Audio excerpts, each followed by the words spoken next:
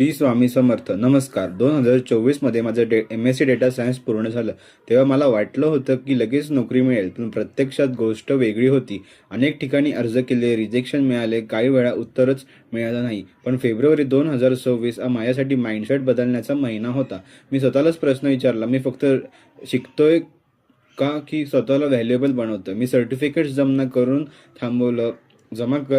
थांबवलं. मी business focus projects करायला सुरुवात केली.